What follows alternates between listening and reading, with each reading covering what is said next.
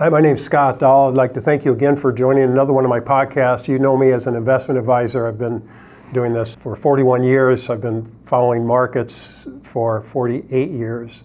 So with a couple of podcasts, what I'm doing is I'm kind of venturing out a little bit and having discussions with interesting people. With that said, I'd like to say that it is both a privilege and an honor to introduce Mr. Ken Khachigian as my guest for today's podcast. Mr. Khachigian could, in my opinion, certainly be one of the most important and influential persons of the 20th century. Ken was an important advisor and primary speechwriter for both President Richard Nixon and President Ronald Reagan. Mr. Khachigian is credited with writing hundreds of speeches throughout his career. Mr. Khachigian wrote Nixon's second inaugural address in 1973, and he played a key role in crafting a major portion of Nixon's resignation speech during the Watergate scandal of 1974. Mr. Khachigian was one of Ronald Reagan's key speechwriters. During his successful 1980 presidential campaign, Ken also helped shape the president's first inaugural address, a speech that emphasized the optimism in American renewal. Ken worked on and wrote many of Ronald Reagan's speeches during his re-election bid in 1984, which included his inaugural speech of that year. Ken also wrote the Bitburg Cemetery speech, which was delivered on May 5th of 1985. Ken had an ability to capture the tone and style of President Reagan's communications, particularly his optimistic and confident vision of America. That was a hallmark of his working with Ronald Reagan, also known as the Great Communicators. Ken was a speechwriter and political advisor to George H.W. Bush. Ken wrote speeches for President Bush and helped develop campaign strategy during his presidential campaigns, particularly the 1988 campaign. Ken is now retired and has crafted his memoirs into a book about his years with President Nixon and President Reagan. The book is called Behind Closed Doors. It has just been published and provides a special insight into what it was like working one-on-one with these great presidents that you'll not find anywhere else. So it's my intent to approach this podcast from a personal point of view and learn more about Ken's life and what made him successful. So Ken, from what you've told me, your grandfather came over from Armenia. From Turkey. From Turkey. He came over in 1910 before the genocide had begun. And what brought him, did he come directly to the United States? Yes. What made him leave without his family? Well, just like all immigrants did back in the late 19th century and early 20th century, they came for opportunity, a greater life. A lot of Armenians came from Turkey in the late 19th century. On my mother's side, my grandparents and great-grandparents, my great-grandfather and my great-grandfather came over originally in the 1890s, late 1890s, to New Hampshire to work in the wire mills, and then they went back to Turkey once again after they made some money.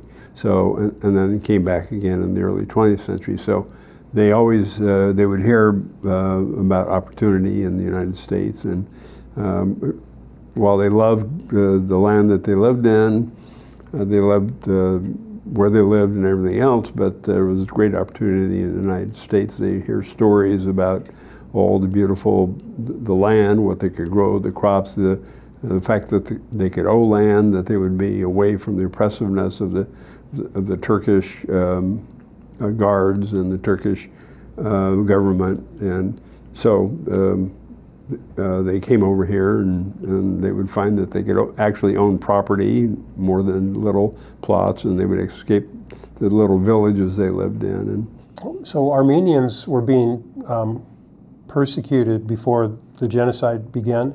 Yeah, the first persecution took place in 1895, and under Abdul Hamid, and then once again in 1915 under the Pashas, Talat Pasha and others during the Ottoman Empire. And so that persecution took place the beginning of April 1915, and then they subsequently began the murder and genocide of nearly up to 1.5 million people. So my dad's, by that time my grandfather on my father's side was already here in the U.S., and they purged my father's village, and one day basically just showed up and said, whatever belongings you could pick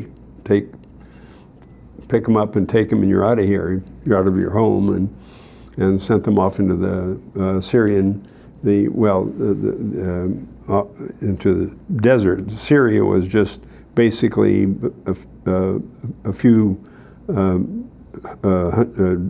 less than 100 or so miles south of where they lived, and put them off into the Syrian desert, and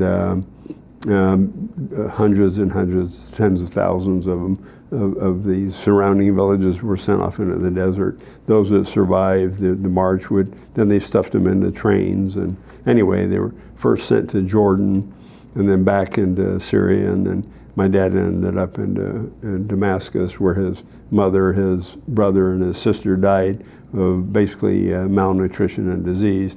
My father survived. How did he escape? They stayed in touch through the churches and through missionaries. And my father lived in a little 20 by 20 dirt hovel with 3 other families. And then the churches had made connections with them.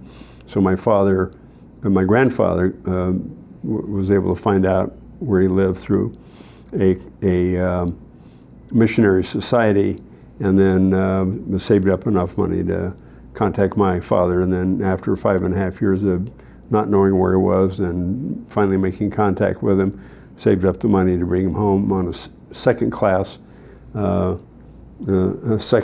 ticket on a boat called the Pannonia from outside of Europe outside of Greece into New York. So it was your grandfather that purchased the farm in Visalia? Yes. Yeah. And so your grandfather made it over from the East Coast to Visalia? Yeah. Was he attracted to Visalia because of the Armenian population? I don't know the entire history. He was probably attracted. Probably there was some. What would traditionally happen was there'd be somebody there that they would know, and it was people from his village in Turkey congregated in that location. So there were familiar names, familiar faces. So you would go to where you had familiar people that you would know. Now in New York, there was also a lot of familiar faces and names from my grandfather and my dad's village, but that was not attractive to my grandfather. I mean, he didn't want to work in either the carpet business or in the linotype business, which was where a lot of people from my dad's village ended up. And I think my grandfather preferred to be in the agricultural business, farming business, so he came out west. And there was, of course, he didn't want to be in New York in the early 20th century. I don't think was all that attractive, living in a tenement, and was not all that great, I don't think. And so coming out to California, you had a lot of land. You could grow vegetables, you could have chickens, you could have animals around that you could harvest, and so it was a whole different lifestyle. You were able to work the genocide into one of President Reagan's speeches, and that was the first time that it was considered verbally or openly considered a genocide. Is that correct? I worked it into a proclamation, yes, in 1981, when he was, the president would do an annual proclamation observing the Jewish Holocaust. And so it made sense to me that to note that the Holocaust was not the first genocide of the 20th century. The first genocide was the Armenian genocide. And then there was the Holocaust, and there was a subsequent genocide of the Cambodian people, which followed the Holocaust.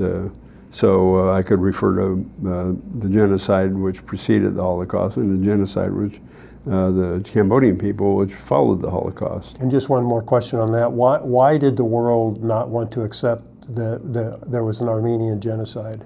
Well, largely because Armenians have often been a forgotten people, but also because the Turks have denied the genocide forever. They still deny it, and they have a critical geopolitical position in the world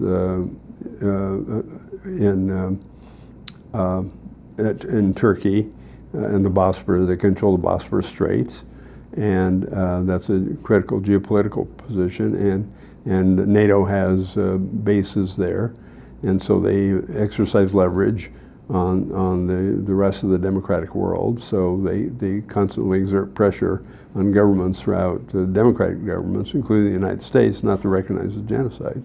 So your father moved to the farm. Your grandfather bought the farm. Your father moved to the farm. He met your mother in Visalia. In Fresno. In Fresno. Yeah, he was a bachelor. He was looking to court women, and my mother was attractive young bachelorette, and he was looking to court young Armenian women, and she was born and raised in Fresno. Since both her mother and father had moved here prior to the genocide, and so she was actually born and raised in Fresno and gone to Clovis High School and educated, was bilingual, so she fit into both societies. So he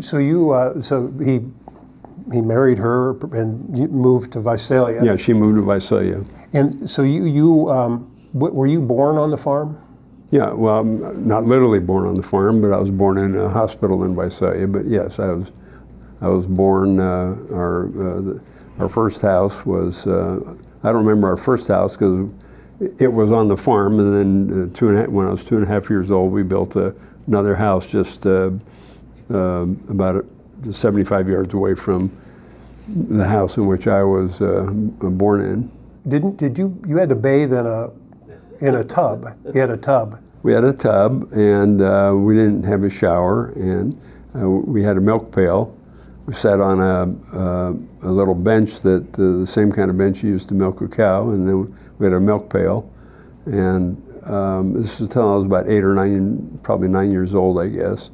And you sat on a wooden bench, and you poured water over yourself from the milk pail, and then soaped yourself off, and then you took the water from the milk pail and washed yourself off again, and until we finally got a plumber, I guess. Was there just one milk pail for everyone? Oh, yeah, well, we washed it out each time. Was there a hierarchy? Did the older brothers?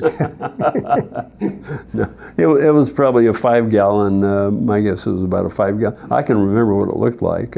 What was your job on the farm? Well, my initial job, starting around 6 years old, was driving a tractor. We raised grapes and raisins. At that time, we were raising raisins, and so you had to. That was our first tractor after World War II. We had, by the end of the war, the economy boomed because there was a post-war economy, and there's great demand for. You're an economist. So if you look back at I'm not an economist, but I'm fascinated with post-war. Yeah, you know what happened. There was a post-war boom, and there was a great consumer boom because there was domestic restrictions on food. There was you had to have not food stamps, but there were restrictions on purchases for groceries and stuff because there were priorities were for the troops.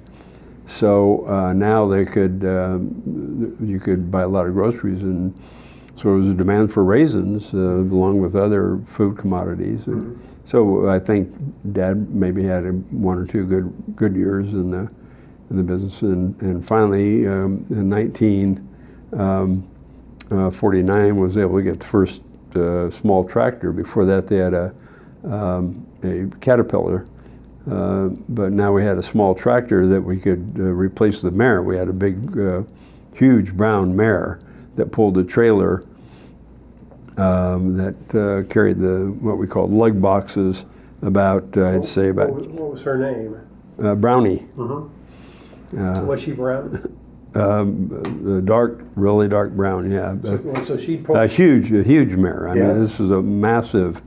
when I say mare, it was not just a pony. It was a massive mare that could pull a trailer. And that mare pulled a trailer that where you would stack boxes where you'd collect the dried raisins. And so once we got the tractor in either 49 or maybe probably 1950, I can't remember the year, but at age 6 I could learn how to actually drive it. That would free up my brothers. Since I was the youngest, at age 6, I had an older brother that would have been almost 13, so he would have been old enough to do the heavier farm work. And we were all what was called free labor for my dad, and so in harvest season, it was perfect for my dad. Then that would give at that age, and I was eager beaver. I mean, to be able to drive a tractor. It's just like kids now with golf carts. They love going to the golf course and driving the golf carts. So for me, it was fun to drive the tractor. Was your father a disciplinarian? Was he hard on you? No, he wasn't. I was the baby of the family. He wasn't hard, but he was demanding in terms of giving instructions on how to do things. But he wasn't. He never struck me or never. He would use terms. He would. I don't know. There are certain words in Armenian or Turkish that are told to you that make you straighten out. Let's put it that way, without being rough on you. So I've been around you a little bit, I guess, maybe over the last couple months. Where did you develop your intense work ethic? Did it come from your childhood, do you think?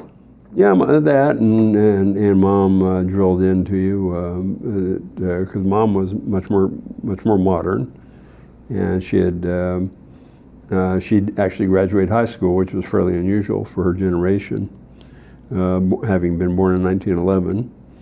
Not a lot of women in her generation actually finished high school, and she focused on Americanizing her children so that we'd have feed into cultures, and she pushed very hard to make sure we were educated, did her homework, and so there was a work ethic that was pounded into us there, but also by Dad, and so had to get things done on both sides. And then we were in organizations, 4-H club, and my brothers were in Boy Scouts, so there was some competitiveness in whatever organizations we were in. Sports, all of us were in sports.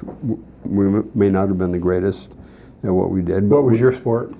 Baseball, Little League baseball. I really enjoyed, but I played all sports in school up until couldn't be competitive anymore because I wasn't big enough or strong enough. But I was pretty good in baseball until I was about a freshman in high school, and then it didn't work out after that. How big was your class, your high school class? High school class, graduating class was 300. Were you the top of the class? And I wouldn't say top. Actually, my grades weren't, when I look back, weren't all that terrific.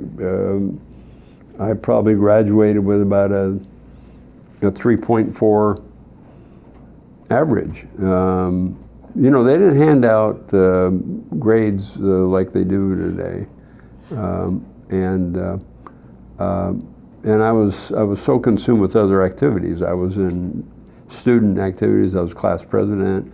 I was in the Key Club, which was Kiwanis Club. I was in DMLA. I was in 4-H.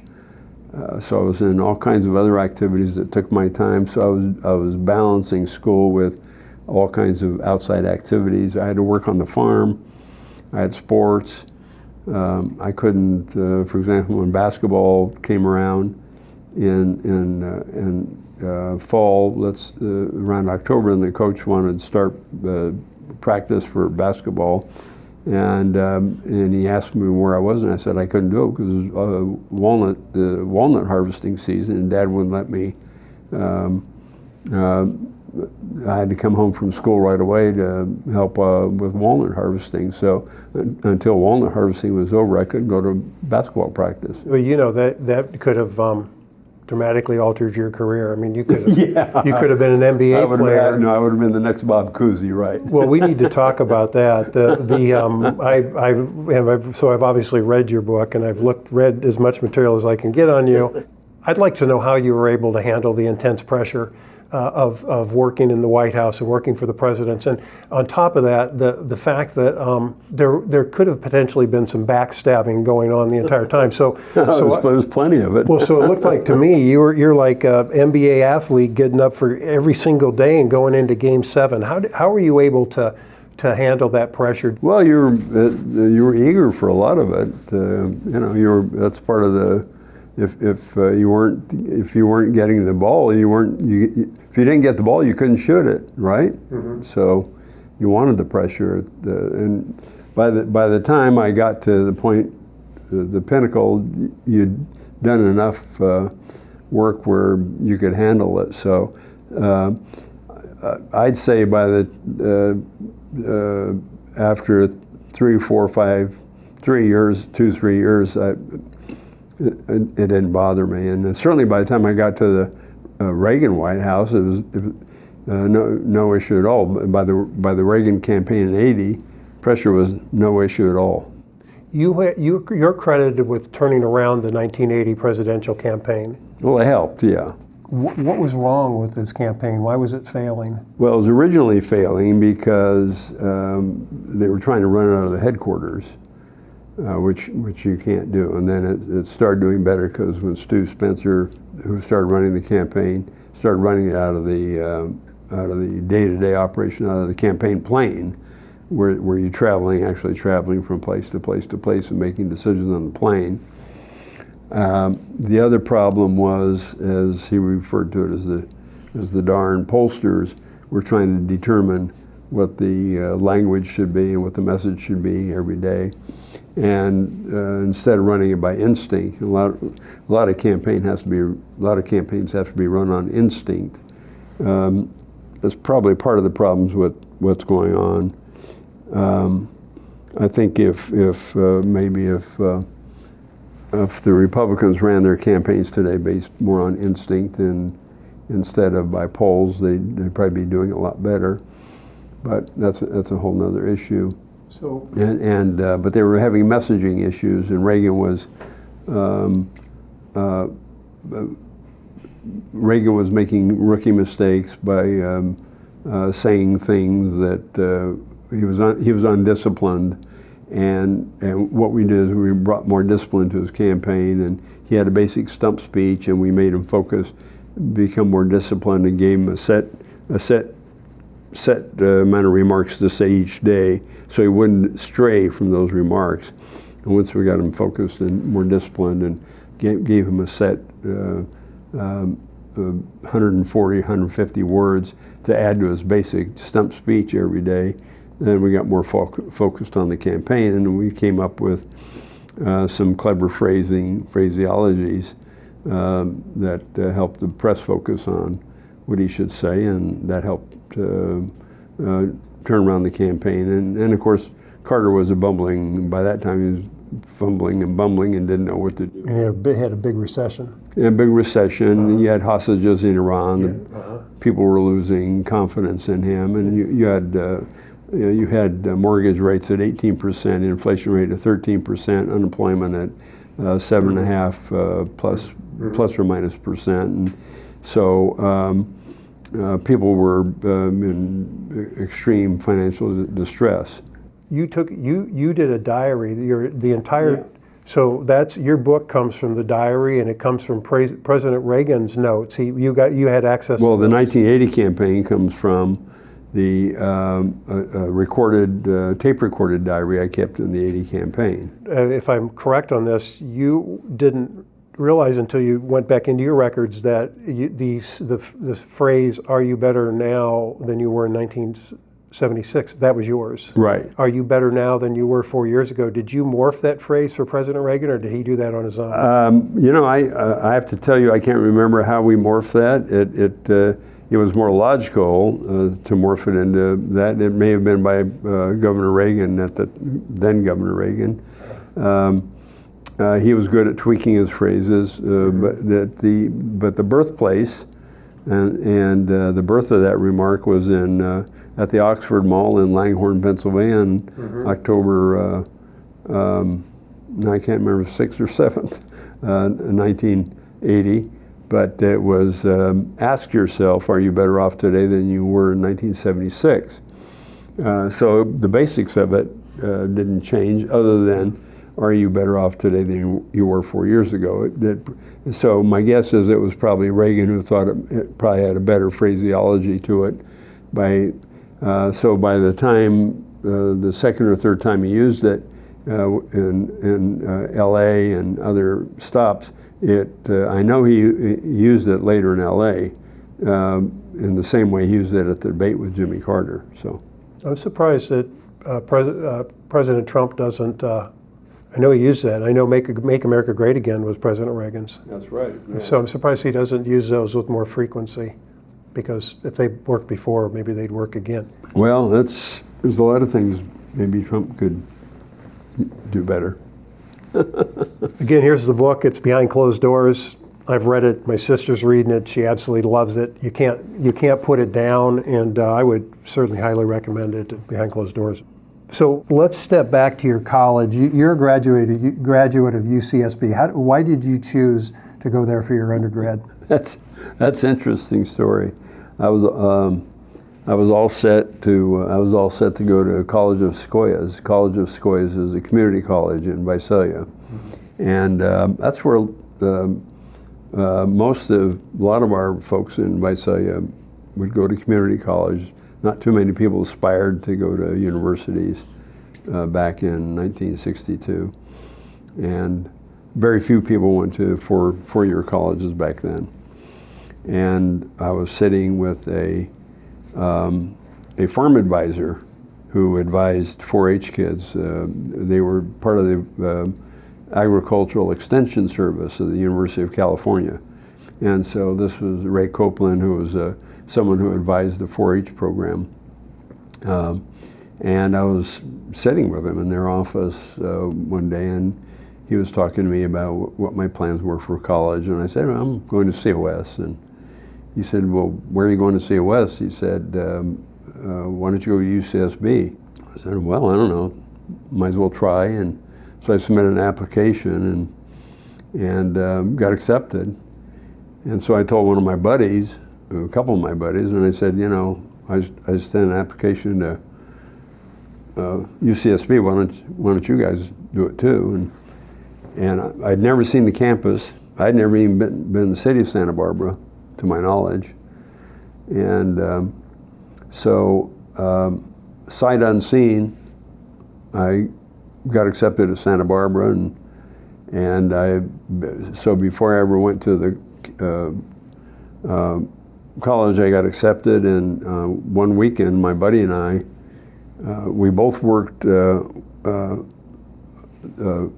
all very hard in the summertime, and he and I, on a Saturday after work, we worked until about 5 or 6 o'clock, and we took off, drove to Santa Barbara, got a cheap hotel room. I think we got like a double bed and probably slept in the same bed, and then went off to the campus on Sunday and saw it for the first time. We had no idea what it looked like. It was gorgeous. It was right by the beach, and we walked around, and then we went there in late August or September, whenever it started. I can't remember when it started. It was probably sometime later. Back then, it was only 4,000 students. You excelled in college, right?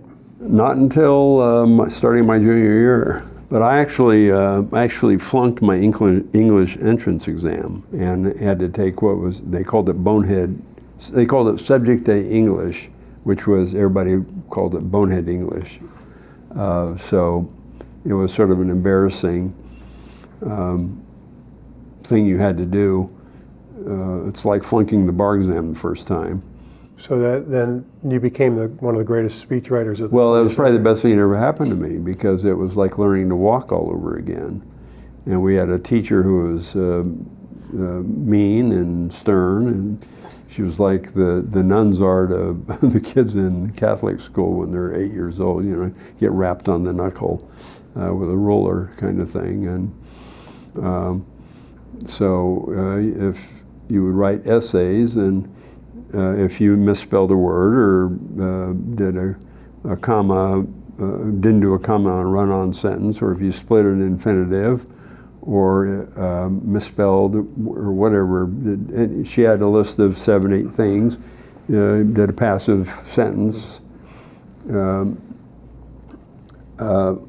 Any of her 7 deadly sins, whatever they were, she would read your essay. You'd write an essay at the end of the week, and if she read your essay, you did one of her 7 deadly sins, and when she'd get to that point in your essay, if she found that deadly sin, she would flunk your essay immediately and quit reading it.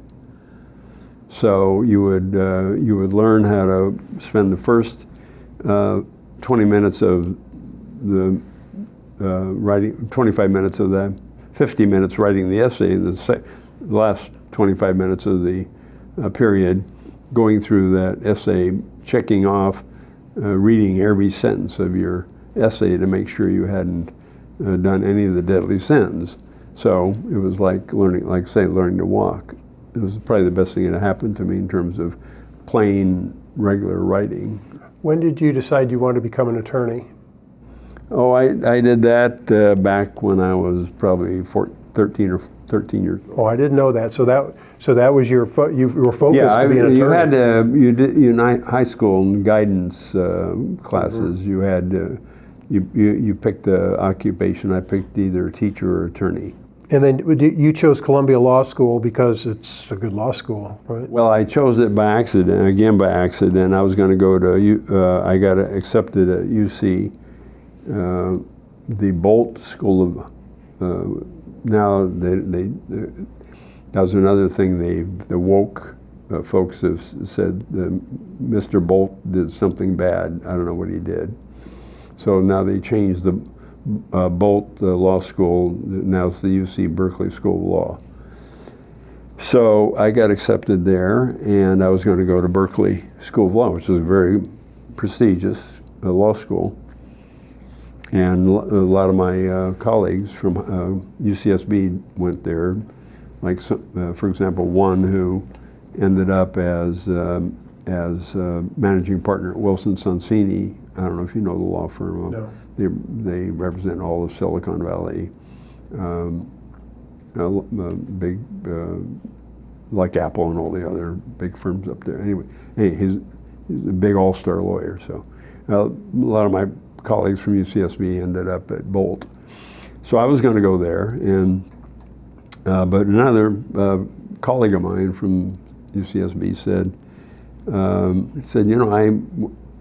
I applied at Columbia and got accepted. He said, why don't you think about going to Columbia? I said, well, I hadn't thought of that. Let me think about it. And actually, I had applied to Harvard, Michigan, Penn, Yale, Duke, and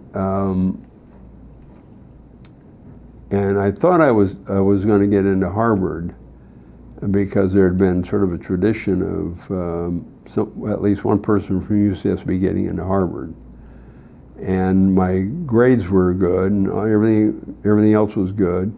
My LSATs probably weren't that great, and I got denied all those other places. But Columbia accepted. But I went ahead and applied at Columbia. Columbia accepted me, and talked to my wife, and said, well, it might be an adventure to live in New York for 3 years.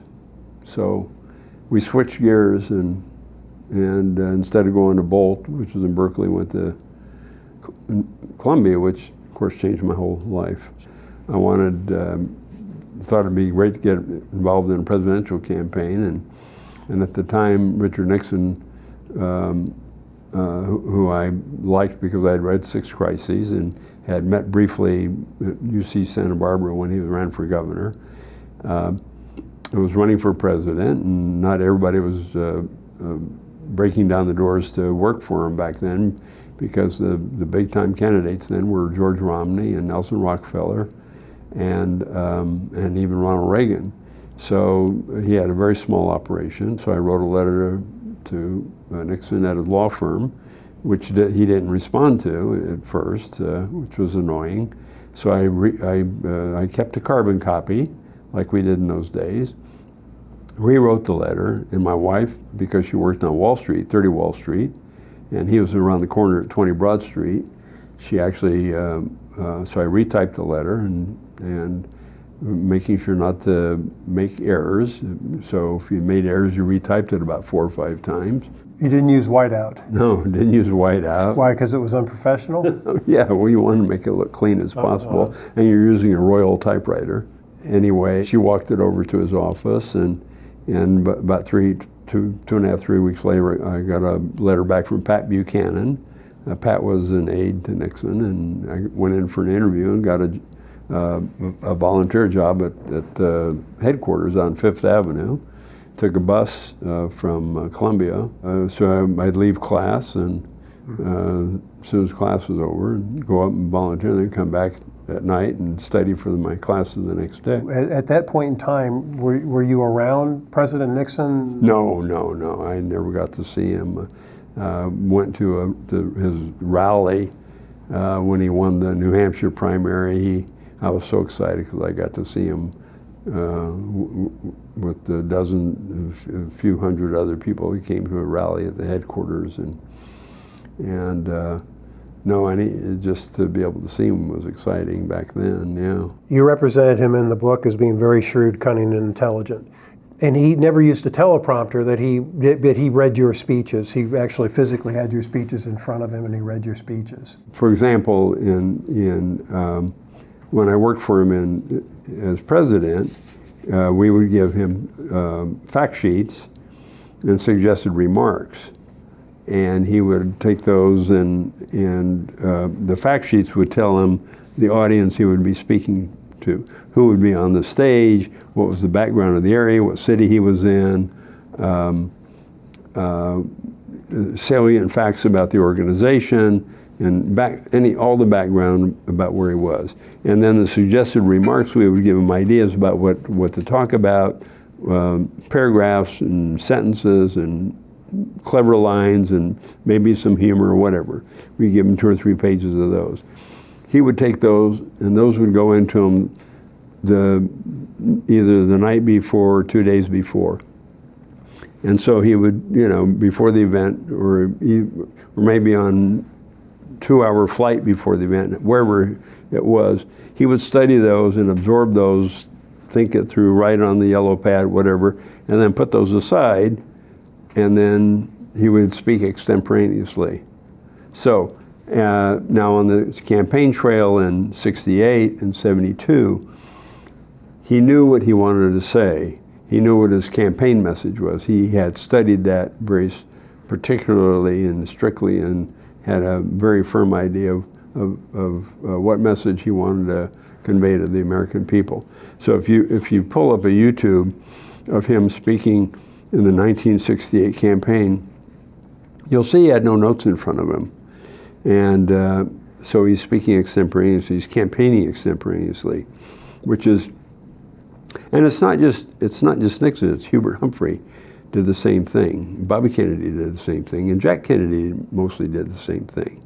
I looked at a lot of other things. You look at Jack Kennedy at the Brandenburg Gate, the Ishpinine Berliner. Now he has a few notes in front of him, and he's looking down a couple of times, 2 or 3 times up and down. But there's no teleprompter. Reagan delivered his inaugural address without a teleprompter. He had the one you wrote. Yeah, he had notes. He had half sheets. Mm-hmm. He had 8 by 10 sheets cut in half, and he had notes on them, but he didn't use a teleprompter. So I think the teleprompter is sort of tyrannical. It really deters from the authenticity of speaking. Nancy Reagan, you portrayed her in the book as having influence. It looked like to me significant influence over what you wrote. I visualize you on this airplane with all this distraction and this noise, being able to focus. And I bet that's what it was like, wasn't it? That's your job. You can't lose focus, and if you lose focus, you're out of work. Was Pat Nixon as involved in her husband's? No, it was a whole different thing. Mm-hmm. No, she was, but that's because Reagan depended on Nancy. Mm-hmm. He saw her as an extension of his arm, an extension of his brain, an extension of his emotional being.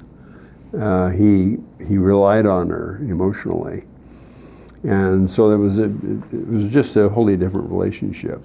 So there, against Mondale, I found this an interesting anecdote in the book that the campaign wasn't going to mention Mondale personally because he was attacking he was attacking Reagan, but Reagan was not attacking him personally, and that Nancy Reagan wanted President Reagan to attack Mondale personally. Yes, well, only after Mondale started making vicious personal attacks on Reagan. But up till then, Jim Baker instructed me never to mention Mondale by name because he didn't think it was presidential, and that was being also pushed by the pollster Dick Worthington and also by Baker's aide Dick Darman, all of whom thought it wasn't presidential to attack Mondale by name, and also because they thought it would force Democrats go back to their own party and it would hurt Reagan in the general election, which is all a bunch of hooey. And so they didn't have a good feel for politics. But nevertheless, Baker was in charge. And so when Baker said to me, don't bring up Mondale by name, that was the instruction. So the speeches that came out of the White House didn't mention Mondale, and if I had to edit some speeches on the campaign trail, I left Mondale's name out. But then Mondale, in desperation in '84, felt like, because he was behind, started making vicious personal attacks on Reagan, called him incompetent, and made fun of him about different things, as if Reagan's age was having something to do with his mental capacity, and so on a particular date, Reagan and Mrs. Reagan read that on the campaign trail and became incensed. And so it was at that point that Mrs. Reagan took me aside and started hounding me. So it was one-on-one, you and her? And Reagan. Oh, the three of you? Yeah, might as well have been one-on-one. Because Reagan was trying to stay out of this fight. He acted like he wasn't even in the room. He didn't, because he was non-confrontational. So, but it was probably at his bidding that she was doing this, but he wanted nothing to do with it. So my mental picture in reading the book was she was standing over you and you were sitting there and she was saying, "Who's responsible for this?" And you said Baker. Well, after taking about 4 slugs to the nose by her, I figured since it was not my decision to keep Mondale's name out of here, that I might as well point the finger at the guy who's responsible for this. And so I said, "Look, I'm not taking any more crap out of this than I have to." So I said, "Well, truth be known, ma'am, it was not my decision. It happens to be Jim Baker's." So she pushed the button and called the steward, and the steward wanted to know what she wanted. Were you in the Oval Office during this? No, we were on Air Force One. I was surprised at how Spartan Air Force One was. I mean, I expected this incredibly opulent plane, so you wrote your stump speeches. You wrote the President Reagan's stump speeches on the airplane. The best writing did not take place on the airplane. The best writing took place in the campaign headquarters or in a cramped room somewhere. And on the airplane is where we where we made changes or fixed up things on the road, and edited things. So, Did you consider yourself close personal friends with President Nixon and President Reagan? no, I never considered myself buddy with either of them. I considered myself a friend and a confidant, and I figured I had a professional relationship, but I never looked to be a buddy or a pal with either of them. Both of them had their own pals and personal relationships. They were of a different generation than I was. I never looked to go out drinking with them and carousing and having a beer or a scotch with either of them. But I looked to be, if they wanted somebody to bond with on a professional level, I was there. But I wasn't looking to be palsy-walsy, and that's not what they were looking for. So I didn't seek that. I want to go back to President Nixon and so you're the one. I read an op-ed in the Wall Street, and you've stated this before, that you were the one person of President Nixon's advisors that suggested that he not resign, and that in retrospect you feel like he would have finished out his term. Well, in retrospect, if we had known then what we know now, we could have survived. Yes. The smoking gun tape. Who was taping the president's conversations? The president was taping his conversation. He set up the taping system himself. Lyndon Johnson and Jack Kennedy both had taping systems, and Lyndon Johnson told Nixon about the taping system when Nixon came into office, and he said, this is very handy to keep a record of your presidency. However, Johnson's taping system, like Kennedy's, was manually operated, and they selectively turned it on. Mm-hmm. So if there was something historical and important they wanted to tape, they'd push the button and they would tape it. Mm-hmm. I mean, of course, you can imagine how they would make the judgment on what to tape. So if there was something very important, they knew the tape was running. Mm-hmm. So they would be very careful how they presented themselves when the tape was running. They wouldn't curse, they wouldn't say something stupid, or they would be careful not to say something stupid. And Nixon thought, this is crazy. I don't want to have to remember to push the button or have somebody remind me to push the button every time I'm having a conversation. So is there another way to do this? So he checks with the Signal Corps, and they say, well, you can have a voice-activated system. And we can set that up in the Oval Office, we can set it up in the private quarters, we can set it up, or we can set it up in the old executive office building, and the key places from where you work. And so instead of having to push a button, you just start talking and it starts taping you.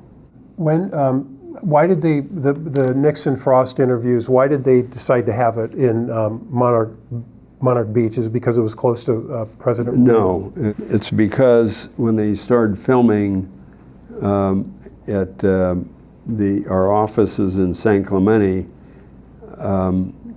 the minute they did a practice run, and they looked at the film or the tape. I guess it was videotape, not film, and it was videotape, and it had distortions on it. Mm-hmm. And they decided immediately what the problem was, is that we were our offices there were right next to a Coast Guard station. That was a long-range navigation, a LORAN station, long-range navigation station. So they made one run. They tried to wrap some kind of foil around the cables of the taping system, So they did it again, and it still didn't work. It still, all the video came out with scratches, and the audio came out distorted. And they said, you know, no matter what we do, this is not working. We can't tape these. We can't take a chance and tape these at your offices, at your compound here. So we're going to have to find another place. So that's why they rented a house, a private house in Laguna Niguel. Was that one of the more stressful times in your career? I don't know. I guess looking back, it was, you know, it was exciting. It was doing what I always do. I did a lot of research, prepared a lot of research. Yeah, there was, I'd say, 2 or 3 or 4 days or 5 days that was intensely stressful, and but that was not the, you know, the most stressful time was in '73 and during the most intensive times during the Watergate investigations, but we had conflicts within the staff, and he was under intense pressure, and so we were all we had to get it right, and dealing with Frost was, even though I ended up on really wonderful terms with one of the staff, Frost staff afterwards, Bob Zelnick. At the time, we were antagonists and adversaries, so we were always going back and forth. And Frost, one of Frost's guys was a sort of a butthead, Jim Reston, or as Zelnick called him, Young Reston. But in our own staff, we had conflicts, but it all worked out in the end. So Ken and I talked, we see each other occasionally, and I asked him the tremendous division between the two political parties, or the main political parties, and I wondered if there was a historic precedent for that, and Ken said that this could be similar to 1968, and so see, I was 8 years old in '68. Can you tell me what you meant by that? Well, there were great differences in '68. We had the war in Vietnam dividing the parties, and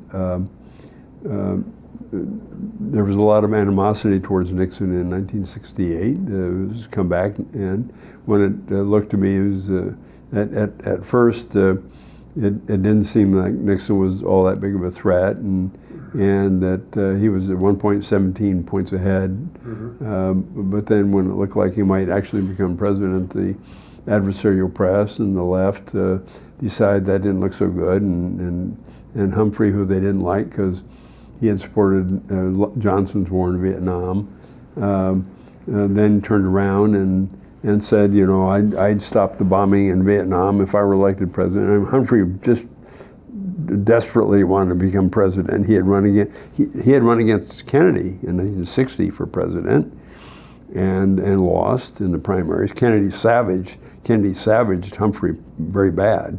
Ran dirty tricks against Humphrey in '60 in the '60 campaign in the primaries, and so it was a very divisive year. I mean, Martin Luther King was killed, and Bobby Kennedy was killed, and so politics were ugly. We had protests all across the country.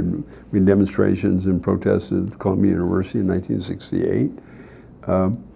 And then in '72 again, we had massive protests all across the country, and the Democrats ran George McGovern, who was a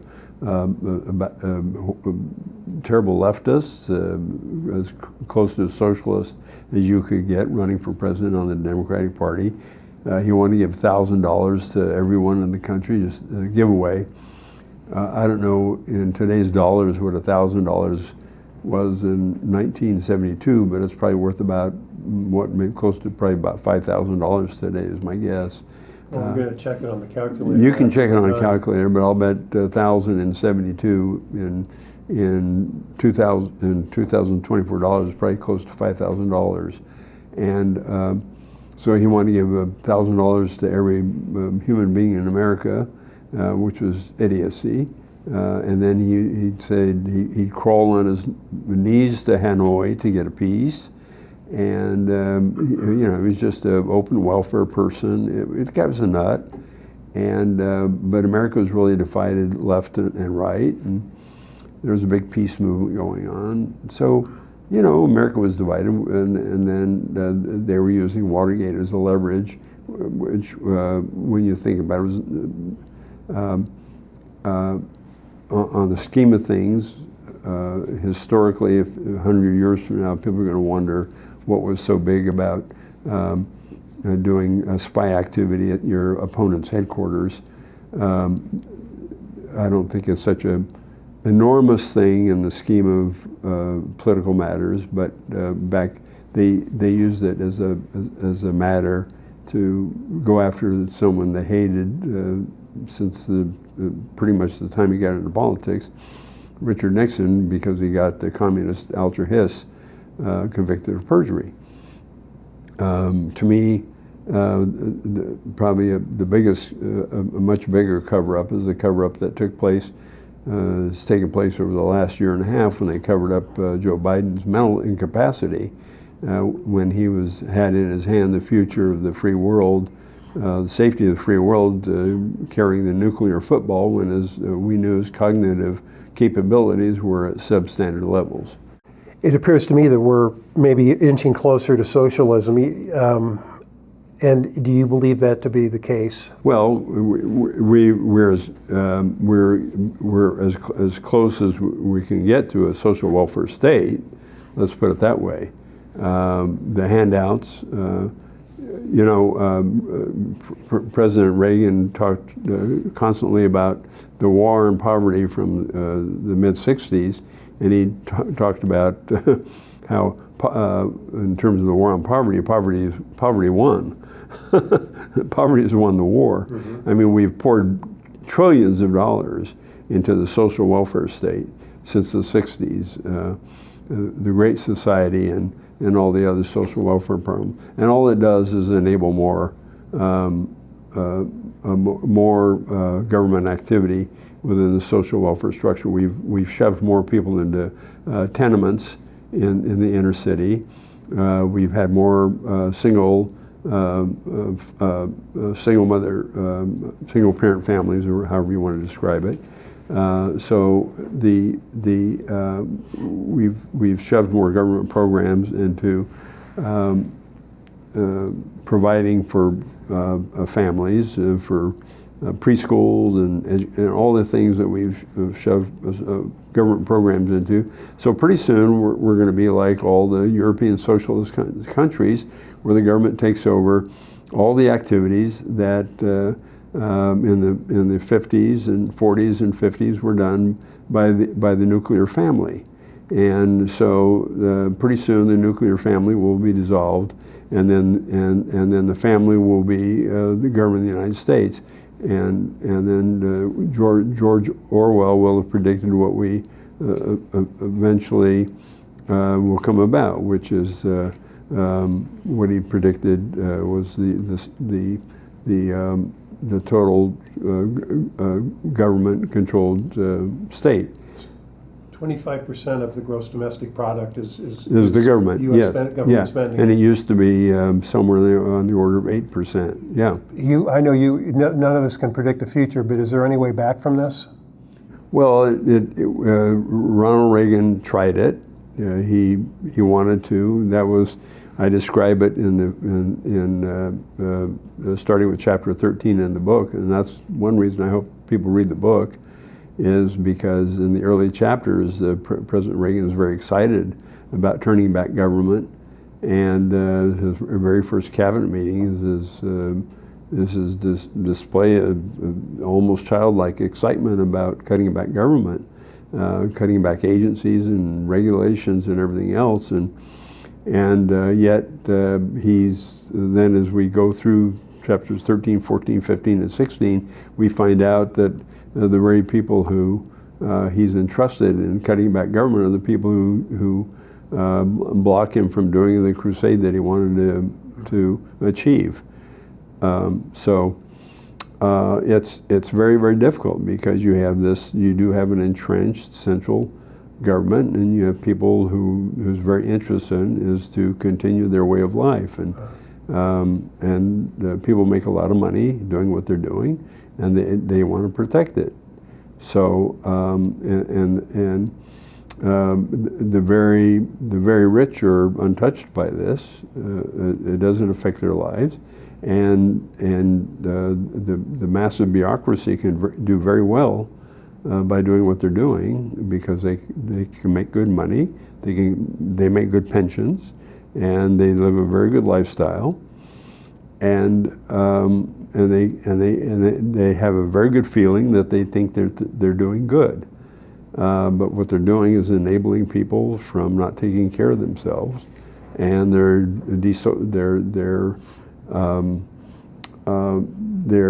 removing people from taking care of themselves, and I don't know if I don't know that it has succeeded in any society that I know of.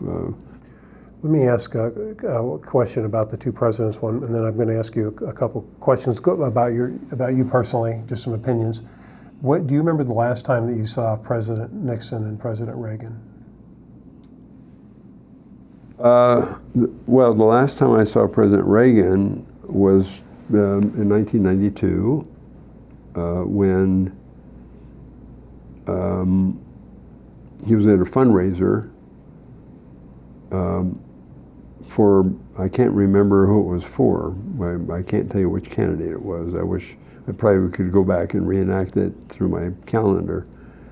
And it was sort of sad because he didn't recognize me. And that was the first time ever, from the time I got to know him in 1980 until the end. And that was the only time I first saw any cognitive decline in him. Otherwise he seemed normal, other than there was obvious mild cognitive impairment. And it was not that I just came up and surprised him. Sometimes you have that. People come up to me that I haven't seen for a while, and it'll be that I'm not sure who they are kind of thing. Do you pretend? Like, do you say, "Hey, hi, buddy"? Well, of course you do. Oh, how you doing? Yeah, but anyway, I was there in a small group, and I was there long enough for him to know who I was, and and by the time I got around face to face, and he wasn't, he just wasn't sure, and so I tried not to make a big thing out of it, but it was clear that he was losing some of it. About Nixon, honestly, I can't remember what the last occasion would have been. It would have been something in connection with the library.